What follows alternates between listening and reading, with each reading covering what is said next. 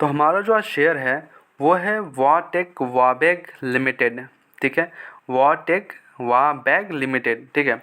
अब ये जो कंपनी किस फील्ड में है, वो है ड्रिंकिंग वाटर जो है वो साफ़ करने में, यानी कि waste water management, industrial water management, मतलब समझ लो कि वाटर मैनेजमेंट सिस्टम में ये कंपनी काम करती है, ठीक है। ये इसका मेन बिजनेस है। Now why I choose this company, main point why I choose this company, क्या फ्यूचर है इसका, ठीक है। कुछ पॉइंट्स के क्वेश्चन मैं क्वेश्चन के आंसर देने की कोशिश करूँगा आज, ठीक है, और अपनी एनालिसिस बताऊँगा कि मैंने इसको क्यों सिलेक्ट किया है, क्यों मैंने इसको अपने रडार पे रखा हुआ है, और ये यहाँ से क्या जा सकता है, हमारा पैसा कितना डबल ट्रिपल हो सकता है। मेरा यहाँ सबका व्यू यही रहता है कि हम अगर पैसा इन्वेस्ट कर रहे हैं तो वो पैसा डबल ट्रिपल चौबल जितना ज़्यादा हो सके उतना बढ़े, ठीक है, वो सबका व्यू होता है। तो उस हिसाब से क्या ये कंपनी हमारे लायक है, क्या ये कंपनी को हम सिलेक्ट कर सकते हैं, पोर्टफोलियो में रख सकते हैं for a longer period of time, वो डिसाइड करेंगे हम, ठीक है। तो स्टार्ट करते हैं कंपनी का एनालिसिस, ठीक है। अब करती क्या है, business of water treatment field, its principal activities include design, supply and installation, construction and operational management of drinking water, ठीक है। ड्रिंकिंग वाटर की designing, supply, installation, construction and operational management सब करती है सिंगल कंपनी, ठीक है, एक ही company ये सब करती है। अब ये जो है waste water treatment, industrial water treatment and desalination plants, ठीक है। अब ये जो है मेन बात क्या है, अब सब लोग को लगेगा कि लाइक वाटर ट्रीटमेंट क्या ही है, पानी तो भरा हुआ है, नहीं ऐसा नहीं है।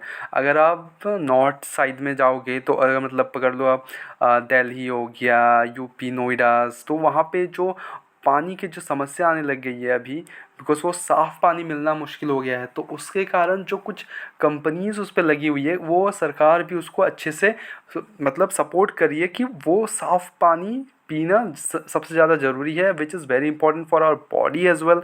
तो उस हिसाब से काफ़ी एक अच्छा ग्रोथ दिख रहा है सेक्टर में।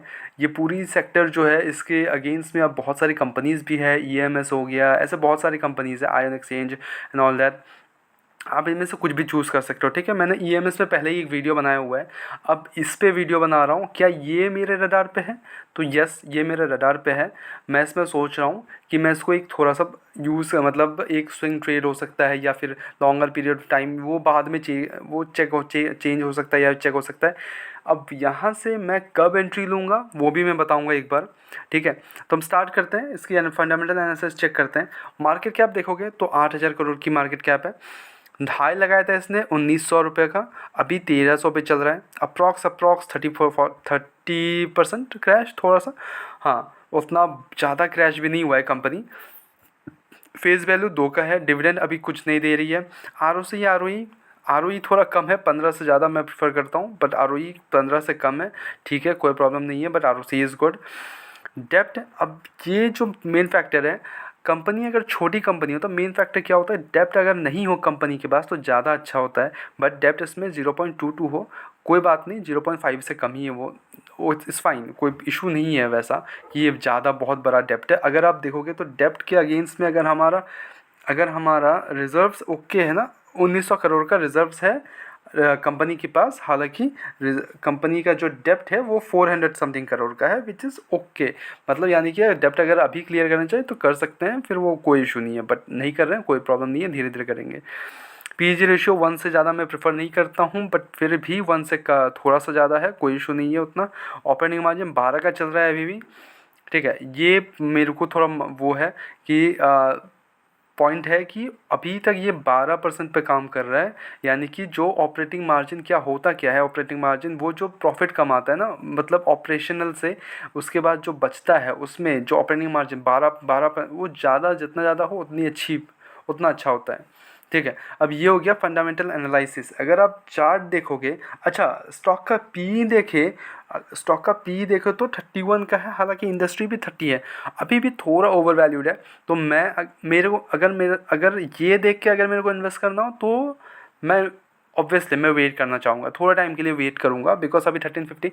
तो मेरा जो एंट्री का लेवल है, पहला पॉइंट एंट्री का जो लेवल है वो अप्रॉक्स 1200 के करीब अगर आता है तो मैं एक एंट्री बनाना चाहूँगा उस पर, और उससे भी नीचे आता है तो मैं श्योर उस पर भी एंट्री बनाना चाहूँगा। तो ये एक पॉइंट आपका आंसर हो गया।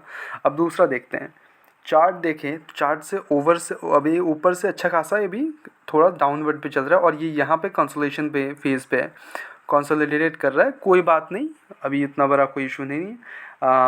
पीयर्स हम इसके साथ यार बड़ी बड़ी कंपनीज़ है तो पीयर्स वगैरह हम वो नहीं करते हैं। क्वार्टर्स क्वार्टर चेक करें, देखो क्वार्टर्स में आपको दिखेगा एक अच्छा खासा ग्रोथ दिखेगा कंपनीज़ में, ठीक है, सेल्स में ग्रोथ है, बट अगर आप ऑपरेटिंग जो मार्जिन है ना वो कम हुआ है ईयर टू ईयर, ये मेरा एक कंसर्निंग फैक्टर है इस पर, ठीक है। ऑपरेटिंग जो प्रॉफिट है वो 98 करोड़ का है, इसके क्यों हुआ है, बिकॉज सेल्स इंक्रीज़ है। अगर सेल्स वो पहले वाला तो ये तो मतलब नीचे आ जाता ना।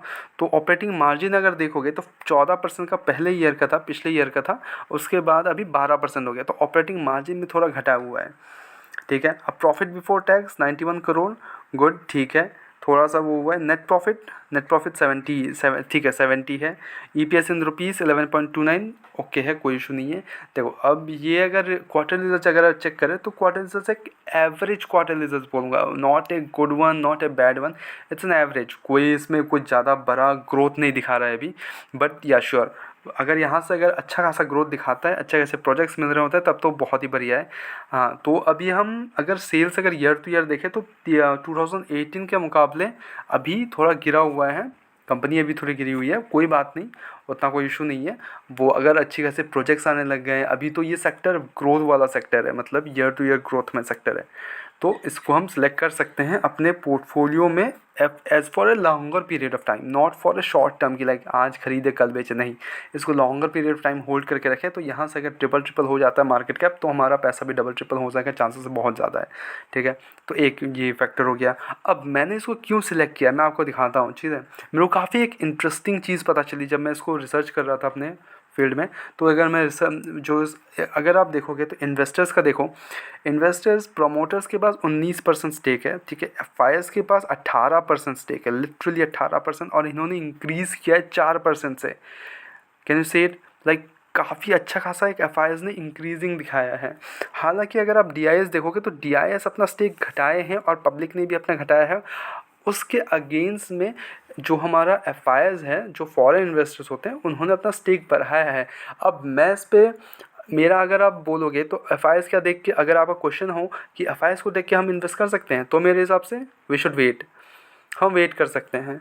हम वेट करते हैं जनवरी क्वार्टर का या फरवरी क्वार्टर का, जैसे ही आता है, मतलब जो रिजल्ट्स दिखाते हैं, मतलब एफआईएस का जब डाटा निकलेगा मार्च का, या मार्च का डाटा जब निकलेगा, तो हम उसको देख के फैसला कर सकते हैं कि इन जनवरी फरवरी के टाइम पे क्या एफआईएस ने सेलिंग करी है और डीआईएस ने कहाँ बाइंग की है, तो हम उसको इस कंपनी में ले सकते हैं।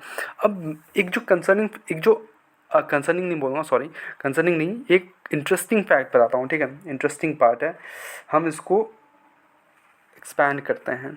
तो एफआईएस के पास अच्छी खासी बाइंग वगैरह है कंपनी के पास। अब कहाँ इन्होंने स्टेक बढ़ाया है, इन्वेस्को ने बढ़ाया है, पता नहीं क्या सब, बहुत सारी कंपनीज़ ने बढ़ाया है, वैनगार्ड, हाँ वैनगार्ड थोड़ा सा मेरे को पता है इसके बारे में। हाँ, डीआईएस ने अगर देखें तो डीआईएस ने अभी तक कुछ ऐसा वो ज़्यादा वो नहीं ग्रोथ हुआ नहीं है, बट एसबीआई ने अपना स्टेक बेचा है, ठीक है, क्वांट ने भी अपना स्टेक हटा लिया है, ठीक है, क्वांट के पास बीच में था 1.88, अभी वो हटा लिया है। Small cap fund, quant value fund ने भी अपना स्टेक वो कर लिया है। Motilal Oswal mid cap fund ने भी, स्मॉल कैप फंड ने भी अपना स्टेक घटा लिया है। अब पब्लिक में अगर आप देखोगे तो एक बहुत ही अलग चीज़ दिखेगा आपको, रेखा झुनझुनवाला, ठीक है, जो मतलब हमारे लेट राकेश झुनझुनवाला की वाइफ जी हैं, उनका, रेखा झुनझुनवाला, उनके अगेंस्ट में भी, मतलब सॉरी उनके अगेंस्ट नहीं बोल रहा हूँ, बट उनके पास भी 8% स्टेक है इस कंपनी का, मतलब समझ रहे हो आप, उनके पास अगर स्टेक है, और राकेश झुनझुनवाला के पास भी ये स्टेक है, ठीक है। तो उस हिसाब से ये एक अच्छा, मतलब बता सकते हो, सबको पता ही है कि राकेश झुनझुनवाला कितने ग्रेट एक वो थे, इन्वेस्टर थे। तो काफ़ी अच्छा वो एनालिसिस वगैरह करते थे। तो उसके हिसाब से ये काफ़ी अच्छा एक आप समझ सकते हो कि आपने जो देखे, चलो राकेश झुंझुनवाला इन्वेस्टेड है, तो हम जब तक राकेश झुंझुनवाला सर जी मतलब लेट राकेश झुंझुनवाला जब तक है इसमें invested, we can still invested, and then जब ये एग्ज़िट करना दिखेंगे तो हम भी थोड़ा एग्ज़िट कर सकते हैं।